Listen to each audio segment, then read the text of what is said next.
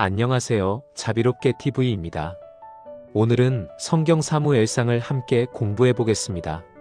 사무엘상은 한 가정의 눈물에서 시작하여 이스라엘의 역사 전체를 뒤흔드는 왕정시대의 시작까지 이어지는 성경 전체에서 매우 중요한 전환점이 담긴 책입니다. 하나님께 응답하는 한 사람의 헌신이 어떻게 나라의 운명을 바꾸는지 보여주는 책이기도 합니다.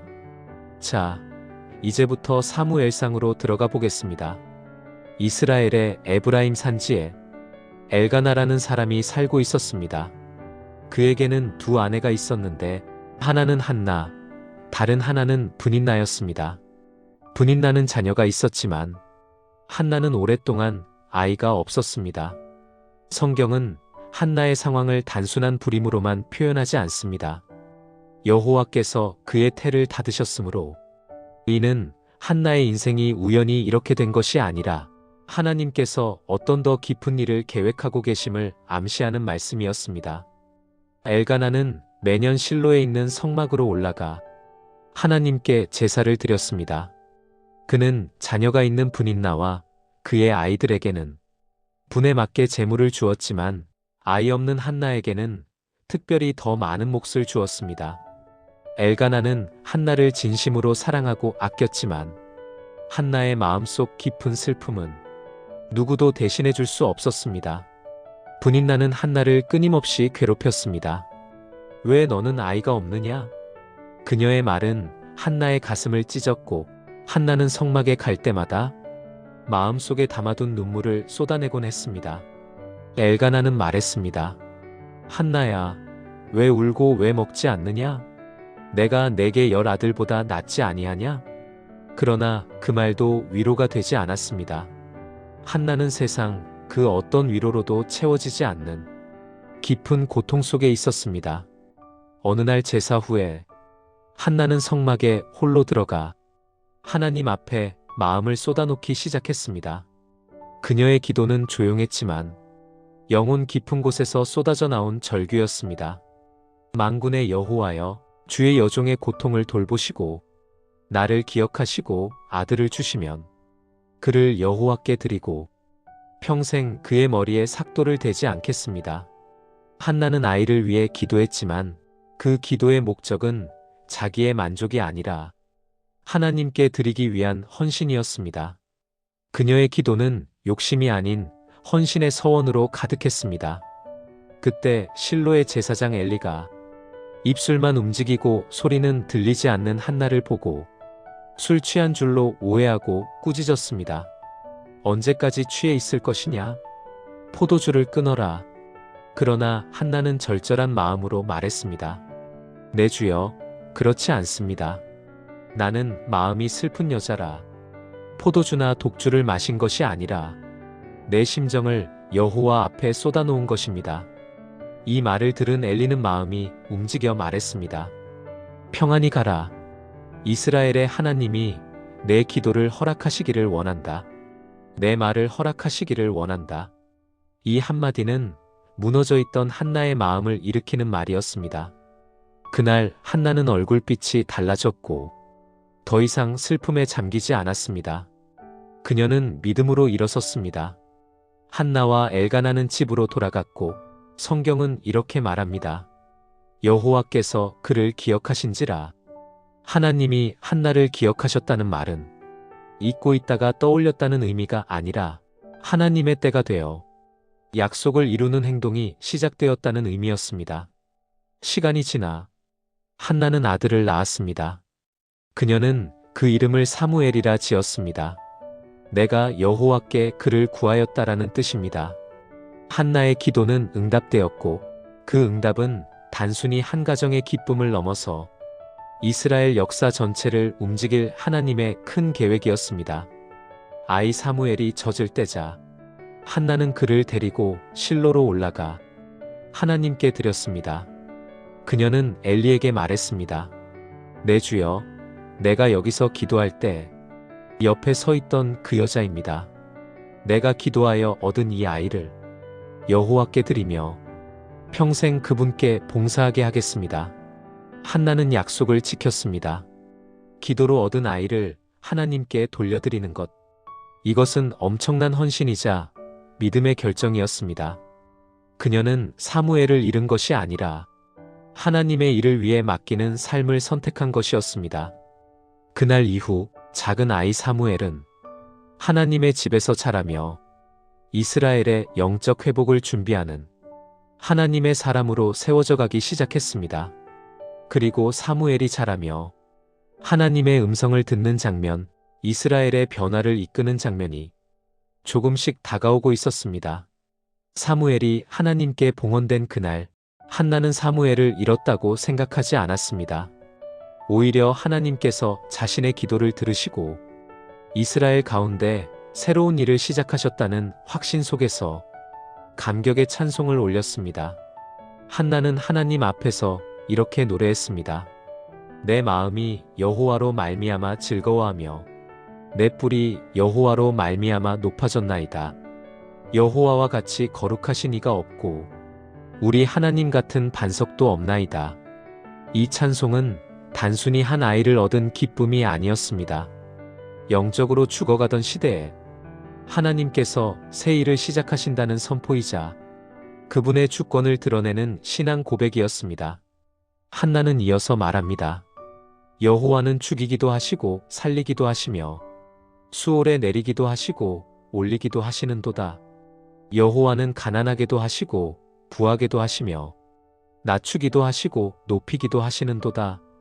이 시대는 사사시대에서 막 넘어온 혼란의 시대, 그 누구도 하나님을 온전히 따르지 않았고 나라 전체가 방향을 잃고 흔들리던 시대였습니다. 하지만 한나는 확신했습니다. 하나님이 움직이기 시작하시면 이스라엘은 반드시 회복될 것이라고. 한나는 찬송을 마치고 엘리 제사장에게 사무엘을 맡겼습니다. 어린아이였지만 사무엘은 거룩한 성막에서 하나님을 섬기는 일을 배워가기 시작했습니다. 그러나 그와 매우 대조적인 모습이 성막 안에 있었습니다. 엘리 제사장의 두 아들 홈니와 비느하스는 하나님을 두려워할 줄 모르는 사람들이었습니다. 성경은 그들을 가리켜 불량자라고 표현합니다. 그들은 하나님을 알지 못했다고 말합니다. 그들은 제사를 드리러 온 백성들의 재물을 마음대로 빼앗았고 하나님의 법을 멸시하며 성막에서 섬기는 여인들과 부적절한 행동을 하는 등 하나님의 거룩한 집을 더럽히고 있었습니다. 사람들은 그들의 악한 행동을 보고 두려워했고 이스라엘 백성의 마음은 점점 더 하나님으로부터 멀어져 갔습니다. 하나님께서 세우신 제사장의 가문에서 가장 먼저 타락이 시작된 것입니다. 엘리는 두 아들을 불러 말했습니다. 내 아들들아, 내게 들리는 소문이 좋지 않다. 너희가 하나님의 백성에게 죄를 짓고 있다. 그러나 두 아들은 듣지 않았습니다. 그들의 마음은 완악했고 하나님을 두려워하지 않았기 때문입니다. 성경은 말합니다. 그들이 아버지의 말을 듣지 아니하였으니 이는 여호와께서 그들을 죽이기로 뜻하셨음이라. 그들의 죄는 이미 하나님의 심판을 부르고 있었고 그들은 돌이킬 마음조차 없었습니다. 한편 사무엘은 이 타락한 성막 안에서 정반대의 길을 걸어가고 있었습니다. 사무엘은 어린 나이였지만 하나님 앞에서 정직하게 섬겼고 성막에서 입을 입어 섬기는 작은 옷도 한나가 해마다 가져다주는 사랑의 증거였습니다. 사무엘은 점점 자라나며 하나님과 사람 앞에서 은총을 받는 사람으로 성장했습니다. 엘가나와 한나의 믿음, 그리고 하나님 앞에서 자라나는 사무엘의 모습은 어둠 속에서 돋아나는 새싹처럼 이스라엘의 희망을 보여주고 있었습니다. 어느 날 하나님의 사람이 엘리에게 나아와 말했습니다. 여호와께서 말씀하신다. 너는 어찌하여 내 재물과 예물을 밟으며 내 아들들을 나보다 더 중히 여기는가? 그러므로 내가 전에 너의 집과 내 조상의 집이 영원히 제사장이 되리라고 한 약속을 취소하겠다. 이것은 매우 무거운 선언이었습니다. 엘리의 가문은 제사장직을 잃게 될 것이며 그의 두 아들은 같은 날 죽을 것이라는 직접적인 심판 선고였습니다. 하나님은 이스라엘의 영적 중심이었던 제사장 가문을 끊어내고 새로운 지도자를 세우실 것을 예고하셨습니다. 그리고 하나님은 말씀하셨습니다. 내 마음과 뜻대로 행할 충실한 제사장을 일으키겠다. 이 사람은 나중에 사무엘을 통해 나타날 하나님의 새로운 시대의 상징이었습니다. 하나님은 이미 사무엘이라는 한 아이를 통해 그 일을 준비하고 계셨습니다. 어둠이 깊어질수록 하나님의 계획은 더욱 선명해지고 있었습니다. 그리고 하나님의 음성이 사무엘을 깊은 밤중에 부르시는 순간이 조금씩 가까워지고 있었습니다. 사무엘이 자라며 성막을 섬기던 시대는 하나님의 말씀을 듣기 어려운 시대였습니다. 성경은 그때를 이렇게 표현합니다. 여호와의 말씀이 희귀하여 이상이 흔히 보이지 않았다. 하나님이 말씀하지 않으신 것이 아니라 이스라엘이 하나님께 귀를 닫았던 시대였습니다. 제사장 가문은 타락했고 백성은 자기 소견에 옳은 대로 행하며 하나님의 음성을 더 이상 들으려 하지 않았습니다. 그 어두운 시대 가운데 하나님은 한 어린아이 사무엘을 부르기 시작하셨습니다. 사무엘은 아직 하나님의 음성을 분별할 줄 몰랐지만 그의 마음은 순전했고 그는 성막에서 하나님을 섬기는 일을 소중히 여기는 아이였습니다. 어느 밤 엘리는 나이가 많아 눈이 어두워졌고 잠에 빠져 있었습니다. 사무엘은 하나님의 궤가 있는 성막 가까이에 누워 있었고 성전 안의 등불은 아직 꺼지지 않은 때였습니다. 그때 하나님께서 사무엘을 부르셨습니다. 사무엘아. 사무엘은 깜짝 놀라 일어나 엘리에게 달려갔습니다. 저를 부르셨습니까? 그러나 엘리는 말했습니다. 나는 부르지 않았다. 돌아가 누워라. 사무엘은 다시 눕습니다. 그리고 두 번째로 사무엘아. 사무엘은 다시 엘리에게 달려가 말합니다. 저를 부르셨습니까? 엘리는 이번에도 고개를 저었습니다. 내가 부르지 않았다. 다시 누워라. 사무엘은 아직 하나님을 알지 못했고 하나님의 말씀이 그에게 나타난 적이 없었습니다. 그러나 하나님은 그 아이를 포기하지 않으셨습니다. 세 번째로 같은 음성이 들려왔습니다. 사무엘아. 사무엘은 다시 엘리에게 달려갔고 그제야 엘리는 깨달았습니다. 하나님께서 이 아이를 부르고 계시다는 것을. 엘리는 조용히 말했습니다. 사무엘아, 누우면 이렇게 대답하거라. 여호와여, 말씀하옵소서. 주의 종이 듣고 있나이다.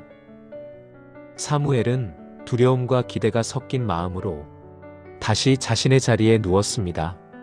그리고 네 번째로 하나님께서 오셔서 말씀하셨습니다. 사무엘아, 사무엘아. 이번에는 사무엘이 정확히 대답했습니다. 말씀하옵소서. 주의 종이 듣고 있나이다. 하나님의 음성이 한 아이의 귀에 처음으로 들어가는 순간이었습니다. 한 사람의 순종을 통해 영적 암흑기가 깨어지는 장면이기도 했습니다. 하나님께서는 사무엘에게 엘리 집안에 대한 심판을 말씀하셨습니다. 내가 엘리의 집에 말한 것을 반드시 이룰 것이다. 그의 아들들의 죄가 심히 크고 그들은 자신들의 죄악을 멈추지 않았다. 그 죄는 제사로나 헌물로는 속죄될 수 없다. 그것은 매우 무거운 메시지였습니다. 어린 사무엘에게는 감당하기 어려울 만큼 큰 말씀처럼 보였지만 하나님은 그를 믿고 맡기셨습니다. 왜냐하면 사무엘은 이미 하나님이 세우시는 새로운 시대의 중심이 되고 있었기 때문입니다. 아침이 되어도 사무엘은 이 말씀을 엘리에게 전하기 두려워했습니다. 그러나 엘리는 말했습니다. 사무엘아, 여호와께서 내게 무엇을 말씀하셨는지 숨기지 말아라. 그래서 사무엘은 하나님께 들은 모든 말을 그대로 전했습니다. 엘리는 말했습니다. 그분은 여호와시니 선하신 대로 행하실 것이다. 엘리는 모든 것을 받아들였습니다. 그의 가문은 무너지고 있었지만 하나님은 새 시대를 준비하고 있었습니다. 사무엘은 점점 자라며 하나님과 사람 앞에서 신뢰를 얻었습니다. 하나님께서는 사무엘과 함께 하셨고 사무엘이 말하는 모든 말씀이 땅에 떨어지지 않게 하셨습니다. 온 이스라엘은 단에서부터 브엘세바까지 사무엘이 여호와의 선지자로 세워졌음을 인정하게 되었습니다. 하나님의 말씀이 사무엘을 통해 다시 흘러가기 시작했고 이스라엘은 오랜 침묵에서 깨어나 하나님의 음성을 다시 듣는 시대를 맞이하게 되었습니다. 이제 사무엘은 이스라엘의 영적 지도자로서 자리 잡고 있었고 하나님은 그를 통해 이스라엘의 운명을 바꿔가실 계획이었습니다. 사무엘이 여호와의 말씀을 듣는 시대, 그 시대가 막 열리고 있었습니다. 사무엘이 하나님의 말씀을 듣고 선지자로 세워진 후 이스라엘은 다시 하나님의 음성을 들을 수 있는 시대를 맞이했습니다. 그러나 백성들의 삶은 여전히 불안정했고 그들의 영적 상태는 깊은 회복이 필요한 상황이었습니다. 그 무렵 이스라엘과 블레셋 사이에 전쟁이 일어났습니다. 이스라엘은 전쟁터로 나아갔지만 하나님의 뜻을 묻지 않았습니다.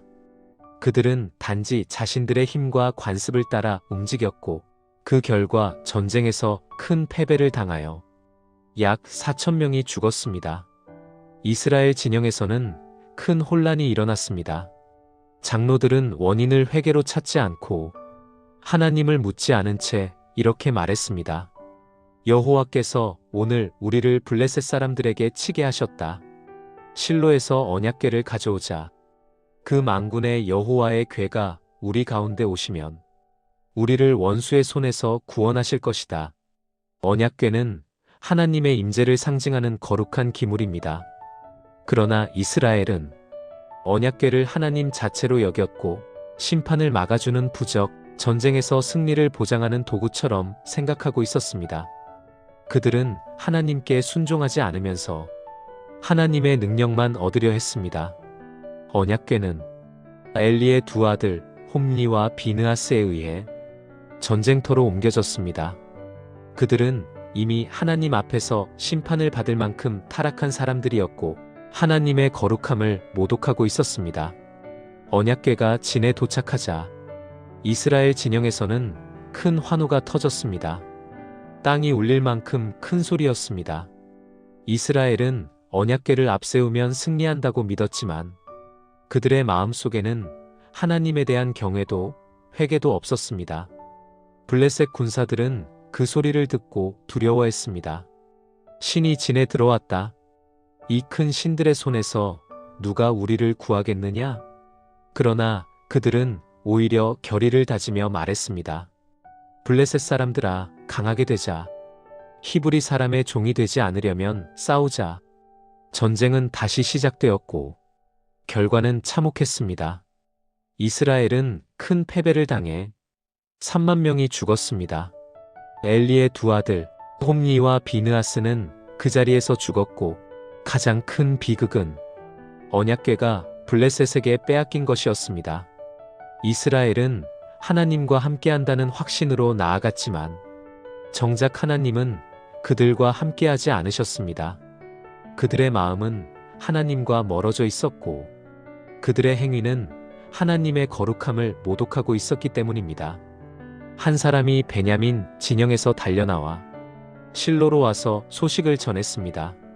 그는 옷이 찢어지고 머리에 흙을 뒤집어 쓴 전쟁터의 처참한 소식을 그대로 보여주는 사람이었습니다. 그는 외쳤습니다. 이스라엘이 도망하였습니다. 백성에게 큰 사륙이 있었습니다. 당신의 두 아들 홈리와 비느하스도 죽었고 하나님의 궤는 빼앗겼습니다. 그 말을 들은 엘리는 뒤로 넘어져 목이 부러져 죽었습니다. 그는 나이가 많고 몸이 무거웠으며 하나님의 궤가 빼앗겼다는 소식을 듣는 순간 그 충격을 견디지 못했습니다. 엘리의 며느리 비느하스의 아내는 그 말을 듣고 해산의 고통이 일어나 아이를 낳았습니다. 그녀는 죽어가며 아이의 이름을 이가봇이라 지었습니다. 영광이 이스라엘에서 떠났다. 이는 단순한 슬픔의 표현이 아니라 이스라엘의 영적 현실을 그대로 보여주는 말이었습니다. 하나님의 궤는 빼앗겼고 제사장 가문은 무너졌고 백성은 하나님을 떠나 있었고 나라 전체가 방향을 잃어버린 시대, 그 중심에 사무엘은 하나님께서 준비하시는 회복의 도구로 서 있었습니다. 이스라엘은 절망 속에 있었지만 하나님은 절대로 패배하지 않으시는 분이었습니다. 하나님은 언약궤를 버리지 않으셨고 이스라엘을 버리지도 않으셨습니다. 이스라엘이 무너진 것은 하나님의 능력이 부족해서가 아니라 그분의 뜻을 따르지 않은 백성의 영적 상태 때문이었습니다. 이제 하나님은 이스라엘을 다시 깨우기 위한 놀라운 일을 준비하고 계셨습니다. 그리고 언약궤가 블레셋 땅에서 버리는 하나님의 손길이 조금씩 드러나기 시작할 것입니다. 이스라엘에서는 비극과 절망이 가득했지만 정작 언약궤가 옮겨진 블레셋 땅에서는 하나님께서 조용히 그러나 강력하게 일하고 계셨습니다. 이스라엘은 패배했지만 하나님은 패배하지 않으셨기 때문입니다. 블레셋 사람들은 전쟁에서 이긴 기쁨에 취해 이스라엘의 언약궤를 자신들의 신 다곤의 신전에 두었습니다. 이는 승리한 신이 패배한 신을 굴복시켰다는 고대 전쟁의 관습을 따른 것이었습니다. 블레셋은 자신들의 신이 이스라엘의 하나님을 이겼다고 생각했습니다. 그러나 다음 날 아침 블레셋 사람들이 신전에 들어가 보니 놀라운 장면이 펼쳐져 있었습니다. 다곤이 언약궤 앞에 엎드려 쓰러져 있었습니다. 그들은 당황했지만 아직 그 의미를 이해하지 못했습니다. 그들은 다곤을 다시 세워놓았습니다. 그러나 하나님은 한 번의 경고로 끝내지 않으셨습니다. 그 다음 날 아침 다곤은 또다시 엎드려 있었고 이번에는 더욱 심각한 모습이었습니다. 머리와 두 손목이 끊겨 문지방에 굴러 떨어져 있었고 몸통만 남아 있었습니다. 이것은 단순히 우연한 사고가 아니라 하나님의 직접적인 심판이었습니다. 다곤이라는 우상은 이스라엘의 하나님 앞에서 무너질 수밖에 없었고 블레셋의 신앙은 그 자리에서 철저히 무너져 내리고 있었습니다. 이 일로 인해 오늘날까지도 블레셋 제사장들은 다곤 신전의 문지방을 밟지 않는 관습을 가졌다고 성경은 기록합니다. 그만큼 이 사건은 블레셋 종교에 강한 충격을 남긴 일이었습니다. 하지만 심판은 여기서 끝나지 않았습니다. 그 도시 아스돗 사람들에게 여호와의 손이 무겁게 임했습니다. 사람들은 종기와 고통에 시달렸고 죽음의 공포가 도시를 뒤덮었습니다. 아스돗 사람들은 고통 속에서 외쳤습니다. 이스라엘 신의 궤를 우리와 함께 두지 말라. 그의 손이 우리와 다곤에게 무겁게 임하였다.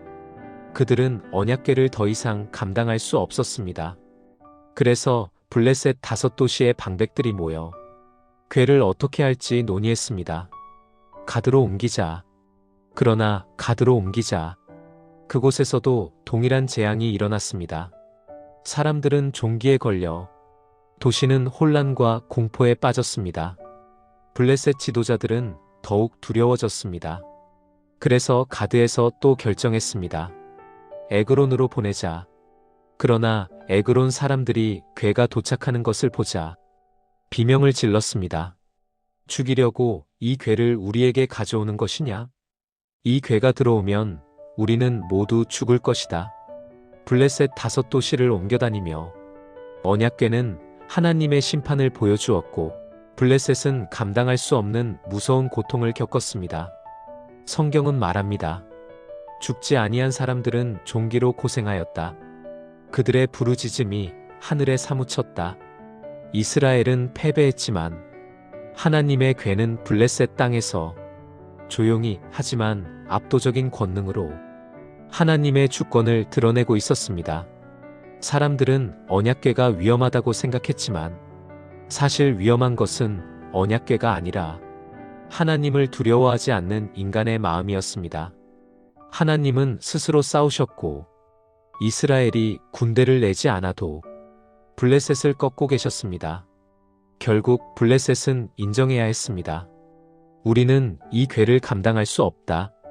이스라엘의 하나님은 우리가 생각했던 신들과 다르다. 그들의 마음 속에 하나님에 대한 두려움은 점점 커져갔습니다. 그리고 언약궤는 이제 다시 이스라엘로 돌아갈 시간이 다가오고 있었습니다. 하나님은 결코 패배하는 분이 아니었습니다. 블레셋의 5성읍은 언약궤로 인해 더 이상 견딜 수 없는 재앙에 시달리고 있었습니다. 아스돗, 가드, 에그론, 어디로 옮겨도 하나님의 손은 무겁게 임했습니다. 블레셋은 전쟁에서는 이겼지만 하나님 앞에서는 완전히 무너지고 있었습니다. 블레셋 방백들은 두려움 속에서 서로 말했습니다. 이스라엘 신의 궤를 어찌할 것인가? 이 문제는 더 이상 군사적 문제나 정치적 협의가 아니라 생명과 나라의 존망이 달린 문제였습니다. 그들은 제사장들과 점쟁이들을 불러 물었습니다. 우리가 여호와의 궤를 어떻게 돌아가게 할까? 제사장들은 떨리는 마음으로 말했습니다. 궤를 그냥 보내선 안 됩니다. 속건제를 드려야 합니다. 블레셋의 5성읍 각 도시를 대표하는 금으로 만든 종기 모양 5개와 금쥐 5마리를 만들어 드리십시오. 그리고 하나님 앞에 영광을 돌리십시오. 그러면 혹시 그가 그의 손을 너희와 너희 땅에서 거두실 것이다. 이는 블레셋 신들이 자신들이 당한 재앙이 하나님의 직접적인 심판이라는 것을 명확히 인정한 행동이었습니다. 그러나 그들은 여전히 마음속에 의심이 있었습니다. 혹시 이것이 우연일 수도 있지 않은가? 정말 이 재앙이 이스라엘 하나님께서 주신 것인지 확실히 알 필요가 있다. 그래서 그들은 매우 특이하고 거의 실험에 가까운 방식을 준비했습니다. 제사장들이 말했습니다. 멍에를 한 번도 메어보지 않은 젖먹이는 2 암소를 끌어다가 수레를 하나 메우고 그 위에 언약궤를 싣고 옆에 속건제의 금을 담은 상자를 두십시오. 암소의 새끼를 집에 가두어 두십시오. 만일 암소들이 본능적으로 새끼를 찾아 집으로 가지 않고 베스메스로 곧장 올라간다면 이 재앙은 여호와께서 우리에게 내리신 것이다. 그러나 암소들이 제자리로 돌아오면 이것은 여호와의 손이 아니라 우연히 일어난 일이다. 블레셋의 마음은 두려움과 불안, 그리고 하나님에 대한 미지의 두려움으로 가득했습니다. 그들은 암소 2마리를 끌어와 한 번도 멍에를 메어보지 않은 그 목에 멍에를 씌우고 수레를 준비했습니다.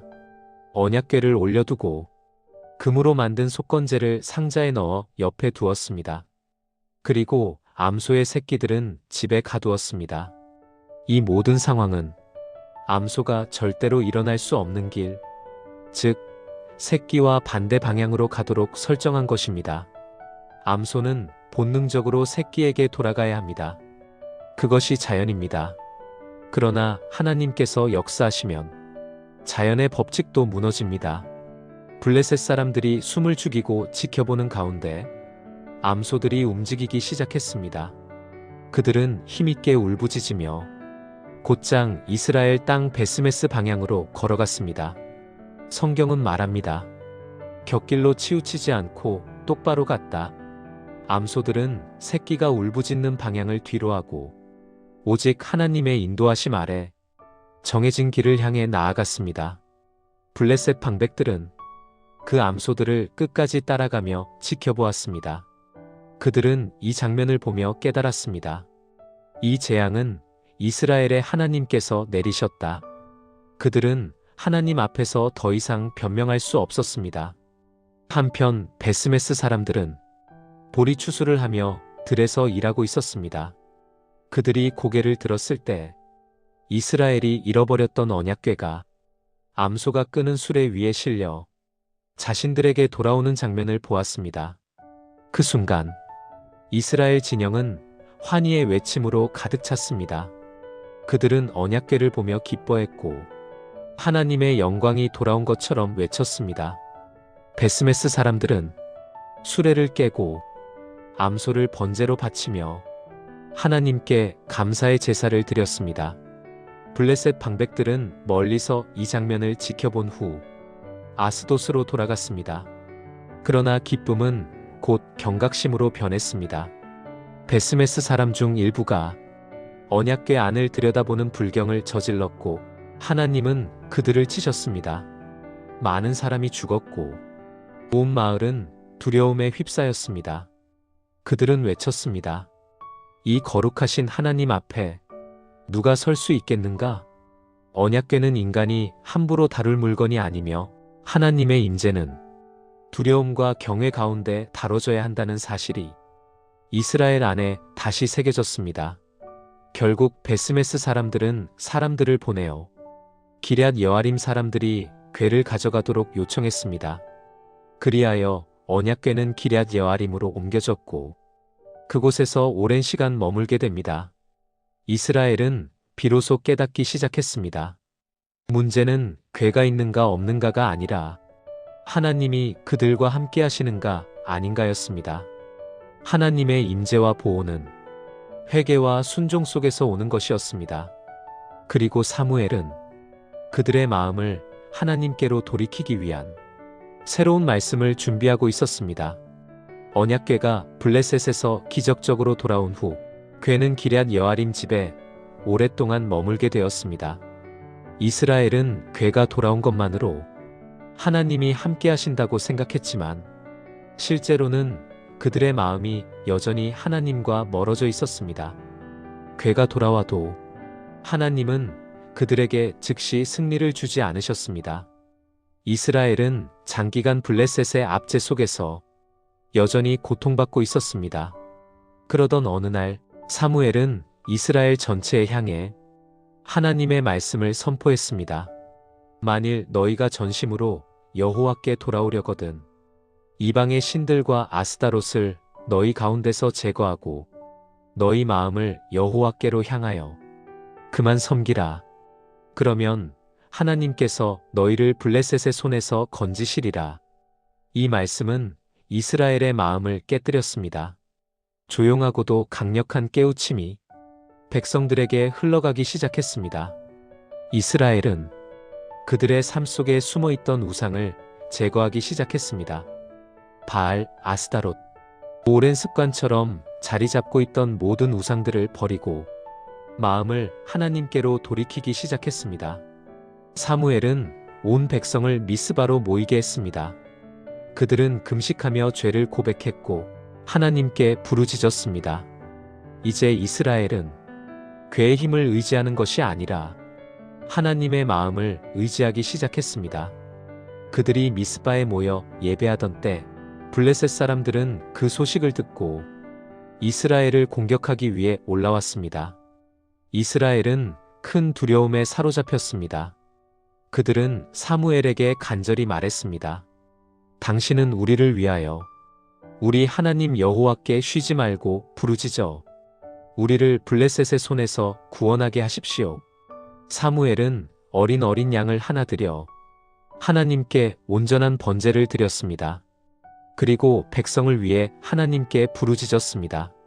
그때 하나님께서 사무엘의 기도에 응답하셨습니다. 블레셋이 공격해오던 바로 그때 하나님께서 큰 천둥을 울려 블레셋 진영에 혼란을 일으키셨습니다. 그들은 두려움에 빠져 무너졌고 이스라엘은 그들을 추격하여 큰 승리를 거두었습니다. 이 승리는 이스라엘의 힘으로 이긴 것이 아니라 기도를 통해 하나님이 친히 싸우신 승리였습니다. 전쟁이 끝나자 사무엘은 한 돌을 취해 미스바와 센 사이에 세웠습니다. 그리고 그곳에 이름을 붙였습니다. 에베네셀 여기까지 여호와께서 우리를 도우셨다. 이 돌은 단순한 기념물 이상이었습니다. 이스라엘이 무너질 때마다 하나님은 여전히 그들을 붙들고 계셨다는 하나님의 신실한 손길을 인정하는 신앙의 선언이었습니다. 그날 이후 블레셋은 다시는 이스라엘 경내로 들어오지 못했습니다. 하나님의 손이 블레셋을 막으셨고 이스라엘은 한동안 평화를 누렸습니다. 사무엘은 이스라엘의 사사로서 백성을 섬기며 나라를 이끌었습니다. 그는 베델과 길갈과 미스바를 순회하며 이스라엘의 영적 상태를 돌보았고 하나님의 말씀을 선포했습니다. 그리고 자신의 고향 라마에서는 하나님을 위한 제단을 쌓고 그곳에서 정기적으로 하나님을 예배했습니다. 사무엘이 이스라엘을 다스리던 시대는 말씀이 살아 움직이는 시대였고 백성이 회개할 때 하나님은 회복을 주신다는 강력한 진리가 다시 한번 이스라엘에 새겨진 시간이었습니다. 그러나 시간이 지나며 백성들은 또다시 변하기 시작했습니다. 사무엘이 늙어가자 이스라엘은 한 가지 요구를 하기 시작했습니다. 그들은 이렇게 말했습니다. 우리에게 왕을 세워 다른 나라들처럼 하게 하소서. 이스라엘의 마음이 다시 흔들리는 순간이 점점 가까워지고 있었습니다. 사무엘이 이스라엘을 공의롭게 다스리며 말씀의 중심으로 이끌던 날들이 오래 이어졌습니다.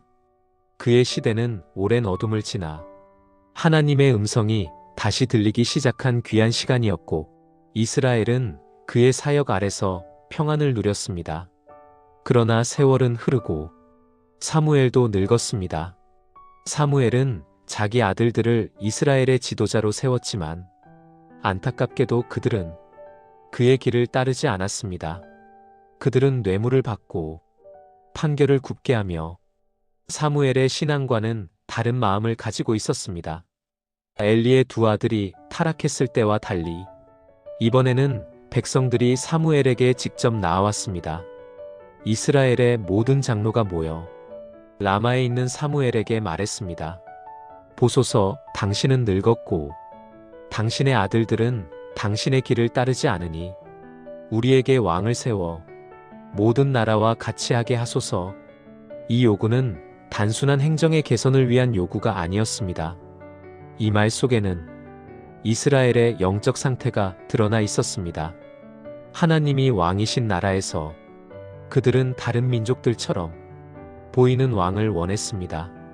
그들의 마음은 이미 흔들려 있었고 하나님의 통치를 신뢰하지 못하고 있었습니다. 사무엘은 이 말을 듣고 마음이 상했습니다. 그는 그들의 요구가 자신의 사역을 거부하는 것으로 느껴졌습니다. 그러나 사무엘은 원망하지 않았습니다. 그는 곧바로 하나님께 나아가 기도하며 이 문제를 아뢰었습니다. 하나님께서 사무엘에게 말씀하셨습니다. 백성이 내게 한 말을 다 들으라. 그들이 너를 버린 것이 아니라 나를 버려 자기들의 왕이 되지 못하게 한 것이다. 이 말은 무거운 진실을 드러냈습니다. 이스라엘의 문제는 사무엘이 늙었기 때문이 아니었고 그의 아들들이 타락했기 때문도 아니었습니다. 그들의 근본적인 문제는 하나님을 왕으로 인정하지 않는 마음이었습니다. 하나님은 사무엘에게 백성들에게 왕이 세워질 때 그 왕이 어떤 일을 하게 될지 분명히 경고하라고 말씀하셨습니다. 그래서 사무엘은 백성들에게 말했습니다. 너희가 왕을 원한다면 왕은 너희 아들들을 군사로 끌어갈 것이다. 전차와 기병을 위해 앞세울 것이며 어떤 자는 농사를 짓게 하고 어떤 자는 무기를 만들게 할 것이다. 너희 딸들은 향료 만들고 음식 만들고 빵 굽는 일을 하게 될 것이다. 너희 밭과 포도원과 올리브 밭 중 좋은 것들은 왕이 취하여 그의 신하에게 줄 것이며 너희 곡식과 포도원의 10분의 1은 왕이 가져갈 것이다. 너희 남종과 여종, 너희 가장 좋은 소와 나귀도 왕이 쓰게 될 것이다. 너희 양떼의 10분의 1도 왕이 취할 것이고 너희는 마침내 왕의 종이 될 것이다. 그날 너희는 스스로 택한 그 왕으로 인하여 부르짖을 것이나 그때 여호와께서는 너희 말을 듣지 아니하시리라. 이 경고는 매우 명확했습니다.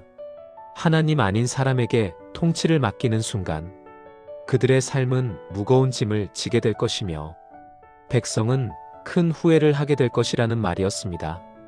그러나 이스라엘 백성은 듣지 않았습니다. 그들은 사무엘의 말을 거부하며 말했습니다. 아니라 우리는 왕이 있어야 하겠다. 우리도 다른 나라들처럼 되고 싶다. 우리의 왕이 우리를 재판하고 앞서 나아가 전쟁에서 싸워주기를 원한다. 그들의 마음속에는 하나님에 대한 신뢰보다 보이는 안전과 인간 지도자에 대한 기대가 앞섰습니다. 그들은 다른 나라처럼 되고 싶다고 말했습니다.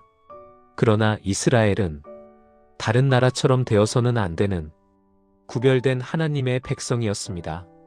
사무엘은 그들의 말을 듣고 다시 하나님께 나아갔습니다. 하나님은 사무엘에게 다시 말씀하셨습니다. 그들의 말을 들으라. 그들에게 왕을 세워주라. 하나님은 그들의 완고한 마음을 억지로 막지 않으셨습니다. 때로 하나님은 사람이 원하는 길을 허락하시면서 그 속에서 교훈을 주시는 방식으로 일하시기도 합니다. 백성의 반복되는 요구 속에서 사무엘은 한 가지 결정을 하게 됩니다. 왕을 세우는 과정 속에서도 하나님의 뜻을 구하고 하나님이 선택하시는 사람을 따라야 한다는 것.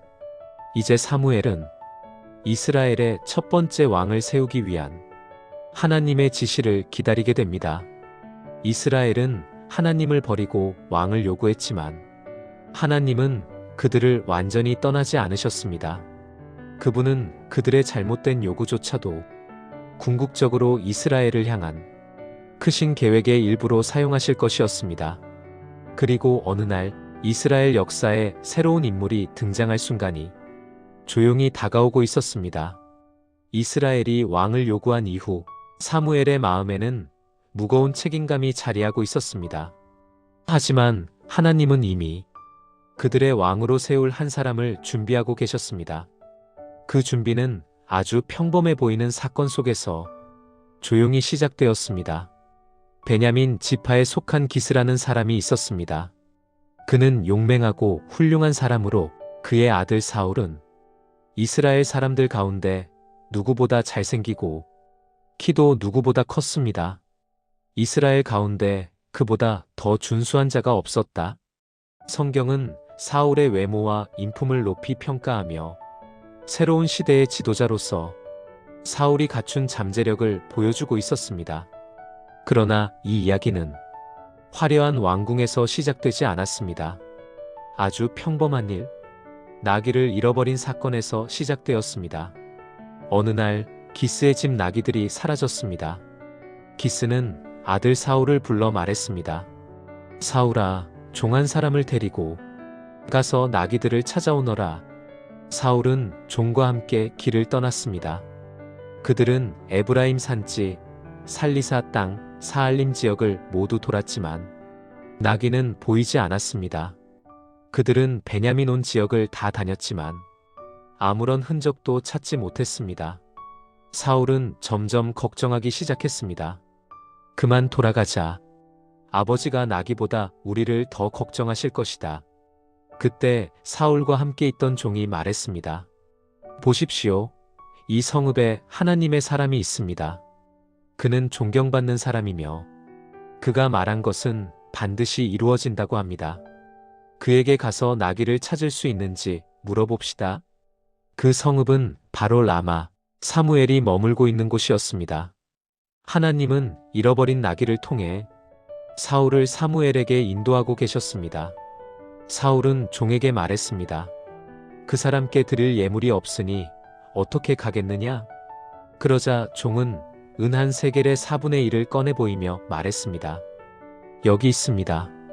이것으로 그 사람에게 드릴 수 있습니다. 이 단순한 동전 하나가 이스라엘 역사의 방향을 바꾸는 여정의 마지막 열쇠가 되었습니다. 사울은 종과 함께 성읍으로 올라갔고 성문에 가까이 갔을 때 물을 기르러 나오는 젊은 여인들을 만났습니다. 사울은 물었습니다. 선견자 사무엘가 여기 있습니까? 여인들은 말했습니다. 예, 있습니다.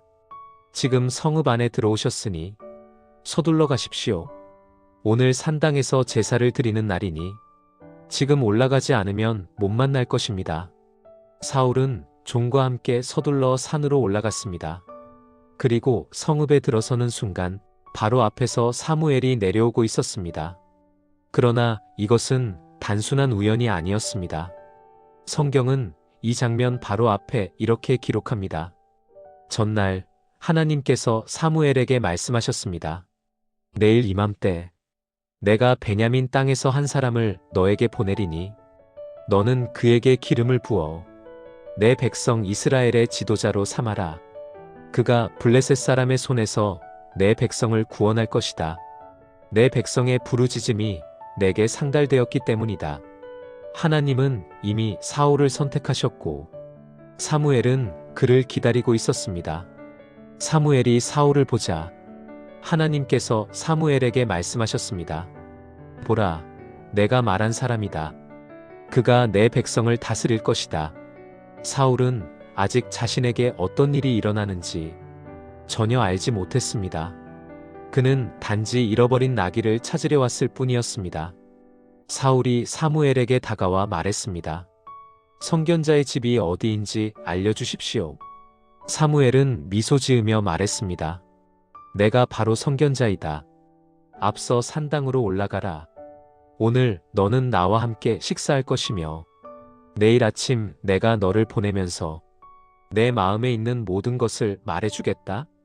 그리고 내가 잃어버린 나귀들은 이미 찾았으니 염려하지 말아라. 사울은 놀랐습니다. 사무엘은 그가 말하기도 전에 그의 문제를 알고 있었습니다. 그러나 사무엘은 계속 말했습니다. 온 이스라엘이 바라는 모든 것이 너와 내 아버지 집에 있지 아니하냐? 사울은 당황하며 말했습니다. 나는 이스라엘 지파 중 가장 작은 베냐민 사람이 아니며 내 가족도 그 지파에서 가장 작은데 어찌 이런 말씀을 하십니까? 사울은 하나님이 자신을 부르신다는 사실을 상상도 할 수 없었습니다. 그러나 하나님은 이미 그의 마음을 준비하고 계셨습니다. 사무엘은 사울을 산당으로 데리고 올라가 객의 가장 높은 자리에 앉게 했습니다. 그리고 그날 사울을 위해 특별히 준비해 두었던 넓적다리 고기를 가져오게 했습니다. 사무엘은 말했습니다. 이것은 내가 너를 위해 따로 두었던 것이다. 먹고 하나님의 은혜를 기억하라. 그날 밤 사울은 사무엘의 집에서 쉬었고 새벽이 되자 사무엘은 사울을 불러 말했습니다. 일어나라. 내가 너를 보내기 전에 하나님의 말씀을 들려주겠다. 그들은 성읍 밖으로 나왔고 사무엘은 종에게 앞서 가라고 말했습니다. 종이 멀리 갔을 때 사무엘은 사울에게 말했습니다. 잠시 서 있으라. 내가 하나님의 말씀을 내 귀에 들리게 하리라. 이제 막 왕으로 세워지는 순간이 서서히 다가오고 있었습니다. 하나님의 선택은 사람의 예상보다 조용했고 사람의 기준이 아닌 하나님의 마음에서 시작되었습니다. 사무엘과 사울이 들판으로 내려왔을 때 사무엘은 종을 앞서 보내고 사울만을 조용히 곁에 세웠습니다. 그 순간은 매우 고요했고 하나님의 역사 속에서 새 시대가 열리기 직전에 중대한 시간이었습니다. 사무엘은 작은 기름병을 꺼내 사울의 머리에 부었습니다. 기름이 사울의 머리를 타고 흘러내릴 때 사무엘은 말했습니다. 여호와께서 내게 기름을 부어 그의 기업의 지도자로 삼지 아니하셨느냐? 이 기름 부음은 단순한 의식이 아니라 하나님께서 사울을 이스라엘의 첫 번째 왕으로 세우셨다는 하나님의 공식적인 선언이었습니다. 사무엘은 이어서 사울에게 왕으로서의 부르심을 확증할 세 가지 표징을 말해주었습니다. 첫째, 사울이 라헬의 묘실 근처에서 두 사람을 만날 것이며 그들이 말하기를 당신이 찾는 나귀는 이미 찾았고 당신의 아버지는 나귀 걱정을 버리고 당신 걱정을 하고 계십니다. 라고 말할 것이라고 했습니다. 둘째, 사울이 다볼 상수리 나무 근처에서 세 사람을 만날 것이며 그들이 하나님께 제사를 드리러 가는 자들로서 그에게 떡 2개를 줄 것이라고 했습니다. 셋째, 사울이 하나님의 산에 이르면 블레셋 사람들의 수비대가 있으며 그곳에서 예언하는 무리를 만나게 될 것이라고 했습니다. 그들은 비파와 소고와 피리와 수금을 연주하며 예언하고 있을 것이며 그때 사울에게도 여호와의 영이 크게 임하여 그도 그들과 함께 예언하게 될 것이라고 했습니다. 사무엘은 말했습니다. 이 표징들이 일어나거든 하는 일을 모두 하나님께 맡기라. 하나님이 너와 함께 하실 것이다. 그리고 사무엘은 사울에게 길갈로 내려오라고 말했습니다. 그곳에서 사무엘이 번제와 화목제를 드리기 전까지 사울은 일주일 동안 기다려야 했습니다. 사울에게 왕으로서 첫 번째 시험은 기다림과 순종이었습니다. 사울이 사무엘과 작별하고 떠났을 때 하나님은 사울의 마음을 새롭게 하셨습니다. 사울은 단순히 외모가 뛰어난 청년이 아니라 하나님이 쓰시기 위해 내면을 새로운 마음으로 변화시키고 계셨습니다. 사울이 길을 가다가 사무엘이 말한 그대로 예언자 무리를 만나게 되었고 그때 여호와의 영이 사울에게 강하게 임했습니다. 사울은 예언하기 시작했습니다. 주위 사람들은 놀랐습니다. 기스의 아들 사울도 선지자들 가운데 있느냐? 사울에게 일어난 이 변화는 사람의 힘이 아니라 하나님의 영에 의해 일어난 일이었습니다. 하나님은 왕을 세우실 때 단순히 사람의 능력을 보지 않고 그 마음을 새롭게 하시는 분이셨습니다. 사울이 집으로 돌아오자 삼촌이 묻습니다. 사무엘이 내게 무슨 말을 하더냐? 사울은 낙이 찾은 이야기만 말하고 사무엘이 자신에게 기름을 부어 왕으로 세운 일은 말하지 않았습니다. 사울은 아직 자신에게 주어진 부르심을 선뜻 드러내지 않았습니다.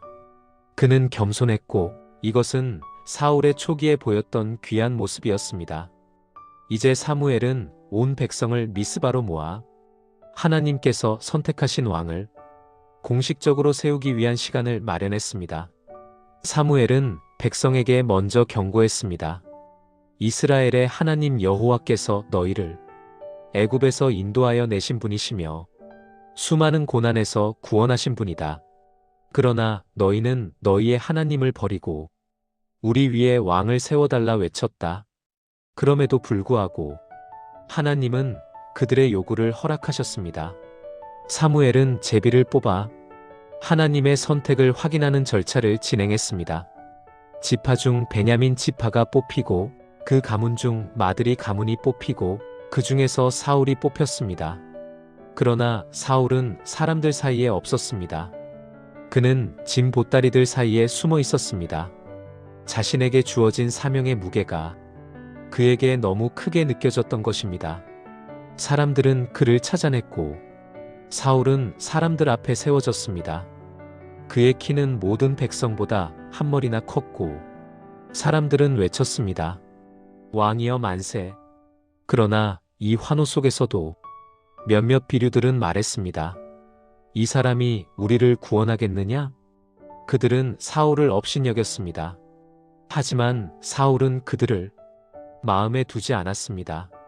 초기에 사울은 겸손했고 사람의 말보다 하나님이 주신 사명을 더 크게 붙들려 하고 있었습니다. 사무엘은 백성에게 왕정의 법도를 설명했고 그 내용을 책에 기록하여 여호와 앞에 두었습니다. 백성은 각자의 집으로 돌아갔고 사울은 기브아로 돌아가면서 하나님께 감동된 용사들이 그를 따랐습니다. 이스라엘은 이제 하나님께서 세우신 첫 번째 왕을 맞이하게 되었습니다. 그러나 왕을 세우는 것보다 더 중요한 것은 그 왕이 하나님을 어떻게 섬길 것인가였습니다. 이스라엘의 새로운 시대는 이제 막 문을 열고 있었습니다. 사울이 왕으로 뽑히기는 했지만 이스라엘 전체가 그를 완전히 인정한 것은 아니었습니다. 어떤 사람들은 사울을 업신여기며 말했습니다. 이 사람이 우리를 어떻게 구원하겠느냐? 그들의 마음속에는 여전히 왕에 대한 의심이 자리 잡고 있었고 사울은 조용히 자신의 집으로 돌아가 평범한 일상을 계속했습니다. 그러나 하나님은 사울을 왕으로 세우신 목적을 곧 드러내기 시작하셨습니다. 그 시기에 암몬 사람 나하스가 길르앗 야베스 성을 포위했습니다. 야베스 사람들은 두려움 속에 나하스에게 말했습니다. 우리를 불쌍히 여겨 당신과 언약을 맺게 하소서. 그러나 나하스는 잔혹하게 말했습니다. 너희 모든 오른쪽 눈을 빼야 너희와 언약을 맺겠다. 그것으로 온 이스라엘을 욕되게 하겠다. 야베스 사람들은 충격에 빠졌습니다. 그들은 시간을 달라고 요청했고 나하스는 그들의 절망을 비웃듯 7일을 허락했습니다. 야베스 사람들은 이스라엘 전역에 사자를 보내 이 위기를 알려 도움을 요청했습니다. 그러나 소식이 이스라엘에 도착했을 때 백성은 울기만 할 뿐 누구도 어떻게 해야 할지 알지 못했습니다. 그때 사울이 밭에서 돌아오고 있었습니다. 그는 아직 왕궁도 없었고 왕으로서의 권력을 사용하지도 않았습니다. 그는 여전히 밭을 갈며 조용하게 지내고 있었습니다. 사울이 백성이 우는 소리를 듣고 물었습니다. 백성이 왜 우는가? 사람들은 야베스의 상황을 설명했습니다. 그 말을 들은 순간 성경은 매우 중요한 장면을 기록합니다. 여호와의 영이 사울에게 크게 임하매 그의 노가 크게 일어났더라. 이것은 단순한 분노가 아니었습니다. 하나님의 영이 사울의 마음을 움직여 정의와 긍휼과 거룩한 분노가 불타오르게 하신 것입니다. 하나님의 영이 임하면 사람의 심장 안에 새로운 용기와 책임감이 생깁니다. 사울은 소 2마리를 잡아 토막을 내어 이스라엘 온 지역에 보냈습니다. 누구든지 나와 사무엘을 따라 나오지 않으면 소도 이와 같이 하겠다. 이 말을 들은 백성들에게 여호와의 두려움이 임했습니다. 백성은 하나가 되어 모였습니다. 사울은 그들을 조직하여 전쟁 준비를 마쳤습니다. 그들은 세 부대로 나누어 야베스에 몰래 침투할 준비를 했습니다. 사울은 야베스 사람들에게 전가를 보냈습니다. 내일 해가 더울 때쯤 너희가 구원을 받으리라. 야베스 사람들은 이 말에 용기를 얻었고 암몬 사람들에게 일부러 말했습니다. 내일 우리에게 오라. 우리가 너희에게 항복하겠다. 암몬 사람들은 그들의 말이 투항의 의미라고 생각하며 아무런 대비를 하지 않았습니다. 그러나 다음 날 아침 새벽에 사울과 이스라엘 군대가 세 부대로 나누어 암몬 진영을 급습했습니다. 암몬 사람들은 갑작스러운 공격에 당황했고 이스라엘은 그들을 철저히 무찔렀습니다. 이 승리는 사울 개인의 능력이 아니라 하나님이 주신 영감과 지혜와 용기에서 시작된 일이었습니다. 이 전쟁을 통해 하나님은 사울이 왕으로 세워졌음을 온 이스라엘에게 확증하셨습니다. 전쟁이 끝났을 때 백성들은 외쳤습니다. 사울을 조롱한 자들을 데려오라. 그들을 죽이자. 그러나 사울은 말했습니다. 오늘은 사람을 죽일 날이 아니다. 여호와께서 오늘 이스라엘에게 구원을 베푸셨다. 이 말은 사울의 겸손함과 하나님 중심적인 마음을 보여주는 아름다운 장면이었습니다. 사울은 자신을 반대하던 자들을 향해 보복하지 않았습니다. 그는 승리를 자신에게 돌리지 않고 하나님께 돌렸습니다. 사무엘은 백성에게 말했습니다. 자, 이제 길갈로 가자. 거기서 왕국을 다시 세우자. 백성은 길갈로 모여 사울을 진정한 왕으로 인정하며 하나님께 화목제를 드렸습니다. 기쁨과 감사의 폭발적인 분위기 속에서 이스라엘은 하나 되었고 사울의 통치는 여기서부터 본격적으로 시작됩니다. 하나님은 사울을 선택하셨고 이 승리를 통해 사울은 그 선택이 틀리지 않았음을 이스라엘 앞에서 증명했습니다. 그러나 이 아름다운 시작 뒤에는 사울의 마음이 흔들릴 큰 시험들이 조용히 기다리고 있었습니다. 길갈에서 사울이 온 백성 앞에 왕으로 세워진 후 이스라엘은 큰 기쁨으로 하나님께 제사를 드렸습니다. 사울은 하나님이 세우신 왕으로 인정받았고 그의 첫 전쟁은 하나님의 도우심과 함께 놀라운 승리를 거두었습니다. 그러나 사무엘은 이스라엘이 왕을 세웠다는 사실이 그들의 영적 중심을 흔들지 않기를 원했습니다. 그는 왕정 시대가 시작되었지만 하나님께서 여전히 이스라엘의 진정한 왕이심을 백성이 잊지 않도록 마지막으로 말씀하기 위해 백성 앞에 섰습니다. 사무엘은 늙었습니다.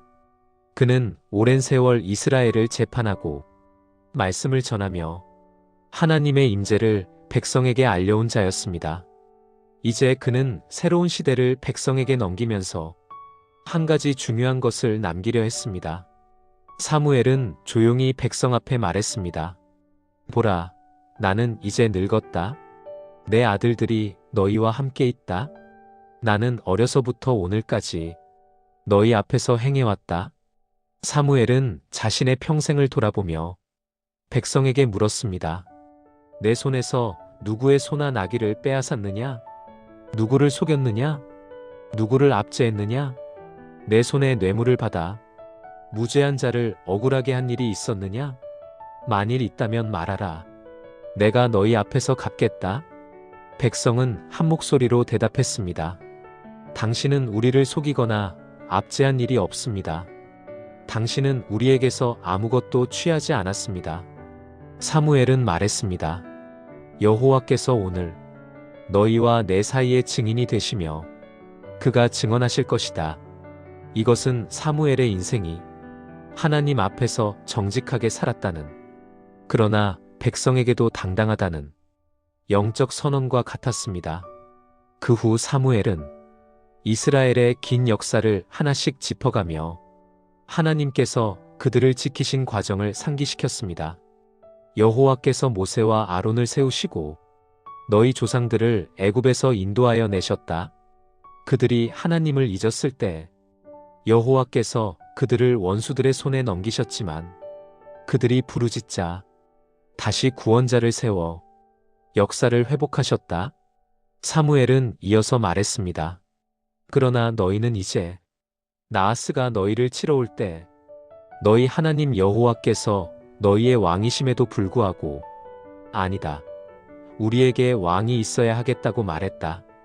백성은 자신들의 말이 얼마나 큰 불순종이었는지 사무엘의 말 속에서 깨달아가고 있었습니다. 그러나 사무엘은 백성을 버리지 않았습니다. 그는 하나님이 어떤 분이신지 그들의 마음에 다시 심어주었습니다. 비록 너희가 이러한 악을 행하였을지라도 여호와를 따르는 데에서 돌아서지 말라. 오직 마음을 다하여 여호와를 섬기라. 너희의 유익을 주지 못하는 헛된 우상들을 따르지 말라. 그것들은 구원하지 못한다. 이 말은 사무엘이 이스라엘에게 주는 마지막 핵심 메시지였습니다. 그리고 사무엘은 백성의 마음을 완전히 깨우기 위해 하나님의 능력을 보여달라고 기도했습니다. 그 당시에는 밀베는 시기였기 때문에 비가 거의 오지 않는 계절이었습니다. 그러나 사무엘은 백성 앞에서 말했습니다. 이제 내가 여호와께 구할 것이니 그분께서 우레와 비를 보내실 것이다. 그러면 너희가 왕을 구한 것이 얼마나 큰 악인지 알게 될 것이다. 사무엘이 기도하자 하늘에서 큰 우레가 울리고 비가 내렸습니다. 백성은 두려움에 떨며 사무엘에게 말했습니다.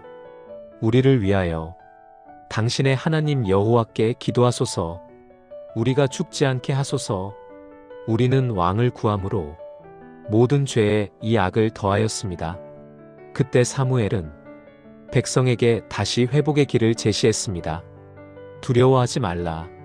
너희가 모든 악을 행하였을지라도 여호와를 따르는 데서 돌아서지 말고 오직 마음을 다하여 그분을 섬기라. 여호와께서는 자기 이름을 위하여 그의 백성을 버리지 않으실 것이다. 이 말은 단순한 위로가 아니라 이스라엘을 향한 하나님의 변함없는 사랑을 다시 일깨우는 선언이었습니다. 사무엘은 마지막으로 말했습니다. 나는 너희를 위하여 기도하기를 그치지 않을 것이다. 너희는 여호와를 경외하고 너희 마음을 다해 그분을 섬겨라. 너희가 오늘 보고 경험한 큰 일을 잊지 말라.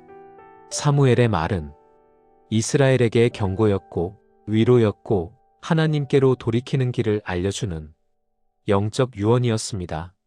그의 생애는 이제 왕정 시대에게 자리를 넘겼지만 그의 영향력과 메시지는 이스라엘의 마음속 깊은 곳에 계속 살아 움직이고 있었습니다.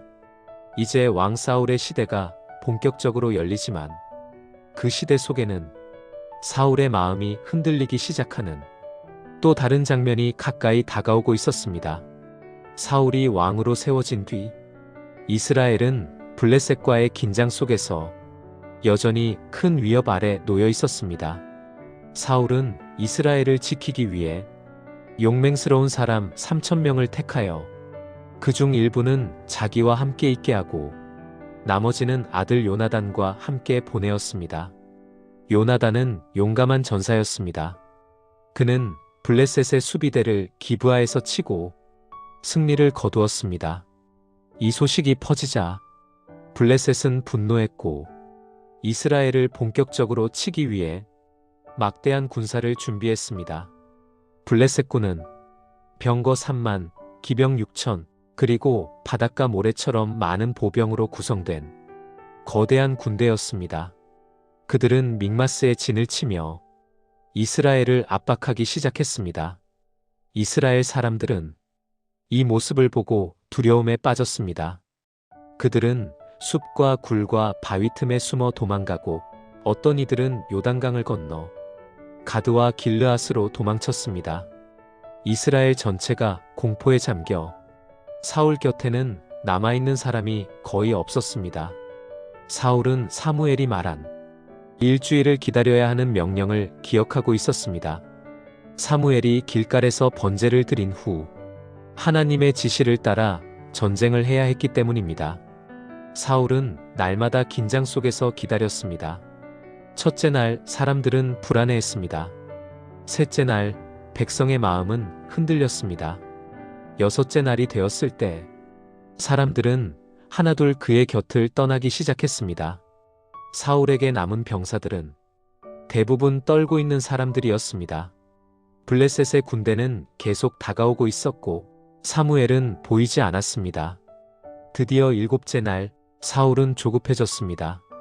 사울은 자신을 따르는 사람이 줄어드는 상황을 보며 더 이상 기다릴 수 없었습니다. 이스라엘의 지도자로서 책임감도 있었지만 그 책임감 속에 지금 무언가 해야만 한다는 압박과 인간적인 두려움이 섞여 있었습니다. 결국 사울은 명령을 어기며 말했습니다. 번제를 내게 가져오라. 사울은 스스로 번제를 드렸습니다. 그는 하나님의 개입을 기다리지 못했고 사무엘의 지시를 따르지 않았습니다. 스스로 제사장처럼 행동한 것이었습니다. 그리고 번제가 막 끝났을 때 사무엘이 도착했습니다. 사무엘은 사울을 보자 슬픔과 분노가 섞인 눈으로 말했습니다. 내가 무엇을 하였느냐? 사울은 변명하며 말했습니다. 백성이 나를 떠나 흩어지고 당신은 약속한 날에 오지 않았습니다. 블레셋 군대는 점점 가까워지고 나는 여호와께 은혜를 구하지 못했다는 생각이 들었습니다. 그래서 내가 번제를 드렸습니다. 그러나 사무엘은 단호하게 말했습니다. 내가 어리석은 일을 행하였다. 내 하나님 여호와께서 내게 내리신 명령을 지키지 아니하였도다. 여호와께서는 너의 나라를 영원히 세우려고 하셨으나 이제는 그렇지 않을 것이다. 여호와께서는 자기 마음에 맞는 사람을 찾으셨고 그를 이 백성의 지도자로 세우실 것이다. 이는 내가 여호와의 명령을 지키지 않았기 때문이다. 이는 사울의 통치가 결코 길게 이어지지 않을 것이라는 하나님의 선언이었습니다. 사울의 실수는 단순히 제사를 드린 것이 아니라 순종보다 행동을 앞세운 것, 하나님이 하셔야 할 일을 자신의 판단으로 대신하려 한 것이었습니다. 사울은 두려움 속에서 행동했지만 하나님은 순종을 원하셨습니다. 행동보다 마음을, 전략보다 순종을 원하셨습니다. 이처럼 사울의 실패는 전쟁 때문이 아니라 그의 마음의 상태에서 비롯된 것이었습니다. 사무엘은 사울을 떠났고 남은 사울의 병사들은 겨우 600명 뿐이었습니다. 이스라엘은 무기를 가질 수도 없었습니다.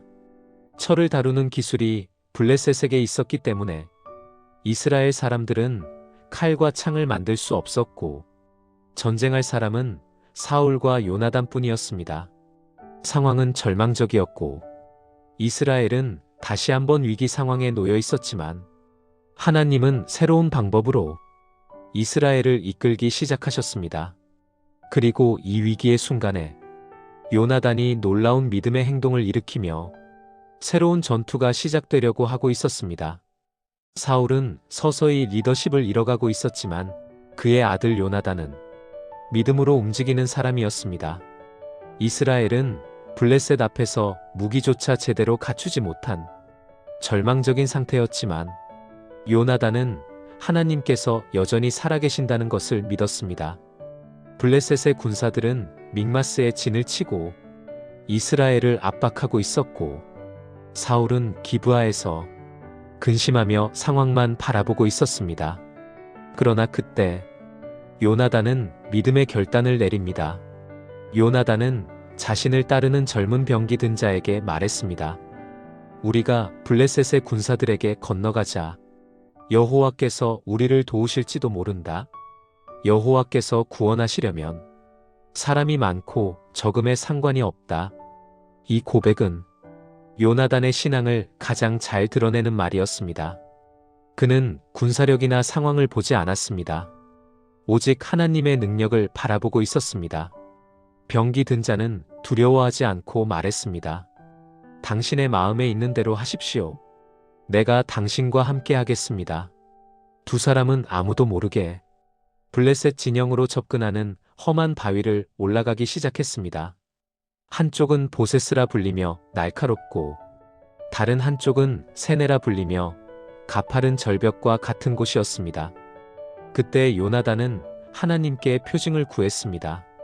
우리가 그들에게 다가갔을 때 그들이 우리에게 오라고 말하면 그것이 하나님께서 우리에게 그들을 넘기셨다는 징표가 될 것이다. 요나단과 병기 든 자가 모습을 드러내자 블레셋 군사들은 비웃으며 말했습니다. 보아라, 히브리 사람들이 숨어있던 구멍에서 기어나오는구나. 여기로 올라오너라. 너희에게 보여줄 것이 있다. 요나단은 속삭였습니다. 이것이 여호와께서 우리에게 주신 표징이다. 우리에게 그들을 넘기셨다. 요나단과 병기 든 자는 가파른 절벽을 기어오르듯 올라가 블레셋 군사들 사이로 뛰어들었습니다. 그들은 순식간에 20명가량을 쓰러뜨렸고 이 작은 승리가 큰 혼란을 일으키기 시작했습니다. 성경은 말합니다. 진영과 모든 군대와 파수꾼이 떨었고 땅도 진동하니 이는 매우 큰 떨림이었다. 블레셋 군대 전체가 공포와 혼란에 빠졌습니다. 적군끼리 서로를 공격하기도 했습니다. 하나님께서 요나단의 작은 믿음의 행동을 통해 이스라엘 전체의 전세를 뒤집기 시작하신 것입니다. 한편 사울은 기브아에서 전쟁의 소리를 듣고 혼란스러워했습니다. 그는 상황을 판단하기보다 급하게 제사장에게 명령했다가 곧바로 취소하기도 하며 여전히 조급하고 흔들리는 모습을 보였습니다. 사울과 그의 군대가 전쟁터에 도착했을 때 블레셋은 이미 서로 싸우고 있었고 승리의 주도권은 요나단의 믿음과 하나님의 역사 속에 있었습니다. 이스라엘 사람들은 동굴과 숲에 숨었던 이들이 다시 돌아와 전쟁에 참여하기 시작했고 도망쳤던 자들도 돌아와 전투는 거대한 승리로 마무리되었습니다. 그러나 이 승리 속에서도 사울의 문제점은 더 크게 드러났습니다. 사울은 전쟁 중 백성에게 어리석은 명령을 내렸습니다. 저녁이 되기 전까지 누구든지 음식을 먹는 자는 저주를 받을 것이다. 내 원수에게 보복하기 전까지 아무도 먹지 말라. 이는 전쟁 중 병사들이 기력을 회복하지 못하게 하는 경솔한 맹세였습니다. 백성들은 숲속에 떨어진 벌꿀을 보아도 사울의 맹세 때문에 먹지 못하고 고통스러워했습니다. 그러나 요나단만은 그 명령을 듣지 못한 상태에서 벌꿀을 맛보았고 그의 눈이 밝아져 힘을 얻었습니다. 사람들이 요나단에게 설명하자 요나단은 말했습니다. 아버지께서 백성에게 고통을 주셨다. 백성이 마음껏 먹었더라면 승리는 훨씬 더 컸을 것이다. 이 일은 사울의 지도력에 대한 의문을 더 크게 만들었습니다. 전쟁 후 제비를 뽑는 과정에서 사울은 경솔하게 자신과 요나단을 죽음의 상황에 몰아넣었습니다. 요나단이 벌꿀을 먹은 것이 뽑히자 사울은 말했습니다. 요나단이 죽어야 한다. 그러나 백성들이 강하게 말렸습니다. 요나단은 이스라엘의 구원을 이루었다. 그가 죽어서는 안 된다. 백성은 요나단을 구했고 사울의 어리석은 맹세는 철회되었습니다. 이 장면은 두 인물의 차이를 분명히 보여주었습니다. 요나단은 믿음으로 움직였고 사울은 두려움과 경솔함으로 움직였습니다. 승리는 있었지만 사울의 내면에는 점점 불안과 어둠이 자리 잡아가고 있었습니다. 하나님이 마음에 맞는 사람을 찾으신다는 사무엘의 말은 점점 더 분명해지고 있었습니다. 그리고 사울의 통치를 뒤흔들 결정적인 시험이 점점 가까이 다가오고 있었습니다. 블레셋과의 전쟁 이후에도 사울은 계속해서 이스라엘을 이끌고 있었지만 그의 마음속 깊은 곳에는 두려움과 불안, 조급함이 이미 자리 잡고 있었습니다.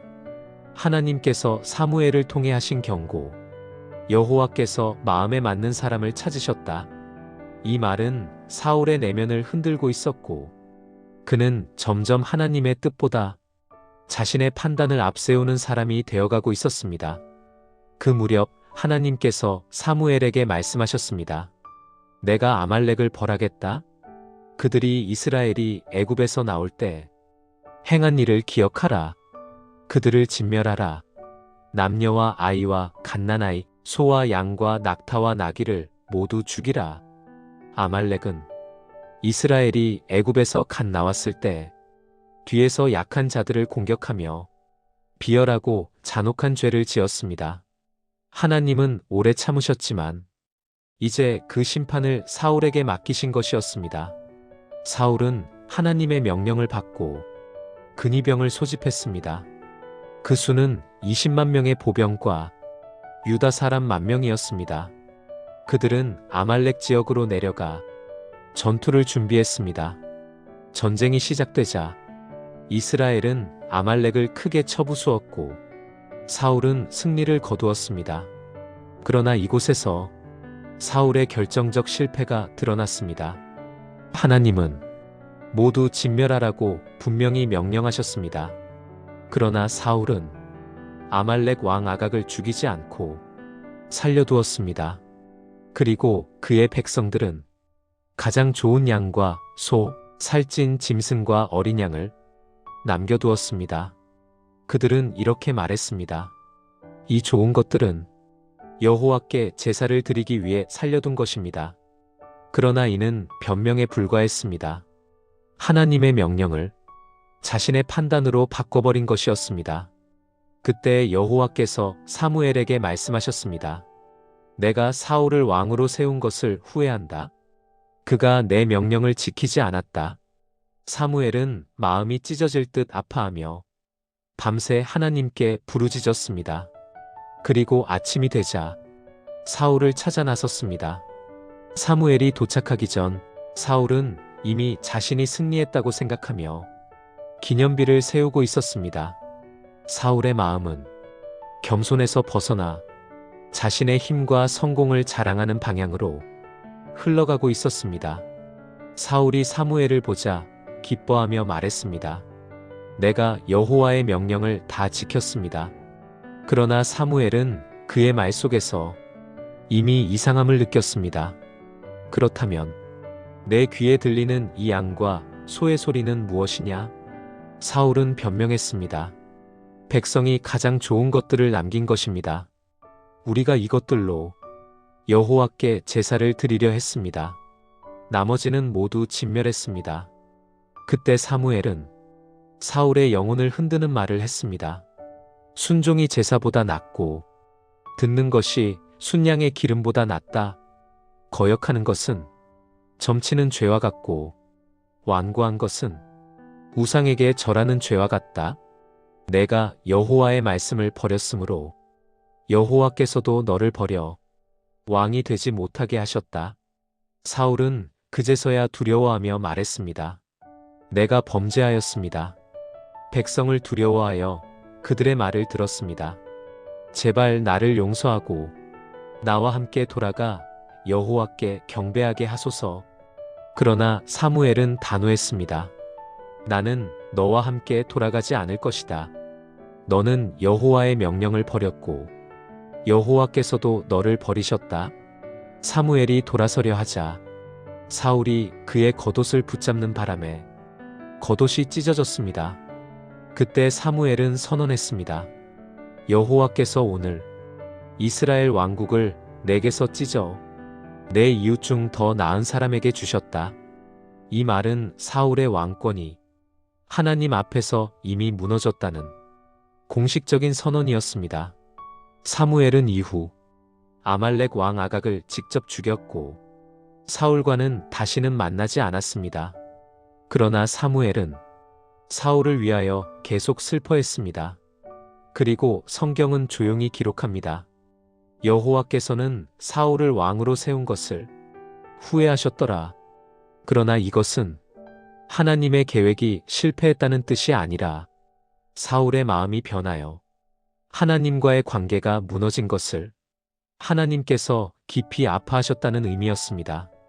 이제 하나님은 자기 마음에 맞는 사람, 하나님의 뜻을 따를 사람, 성품과 중심이 하나님의 마음과 닮은 자, 이스라엘의 참된 왕을 세우기 위해 새로운 시대를 열기 시작하셨습니다. 그 사람의 이름은 다윗이었습니다. 우리에게 주시는 메시지, 사울의 이야기는 우리에게 이렇게 말합니다. 하나님은 겉모습이나 능력보다 마음을 보신다는 것입니다. 사울은 시작은 겸손했지만 점점 상황을 두려워하고 사람의 시선을 의식하며 하나님의 말씀보다 자신의 판단을 앞세웠습니다. 순종은 상황이 좋을 때 드리는 것이 아니라 두려움 속에서도 하나님의 말씀을 더 믿는 마음에서 나옵니다. 하나님은 지금도 내 마음에 합한 사람을 찾고 계십니다. 그리고 그 부르심은 평범한 우리의 일상 속에서도 조용히 시작됩니다. 이 영상이 마음에 닿았다면 댓글에 아멘으로 함께 고백해주세요. 좋아요와 구독으로 다음 편에서도 함께해요.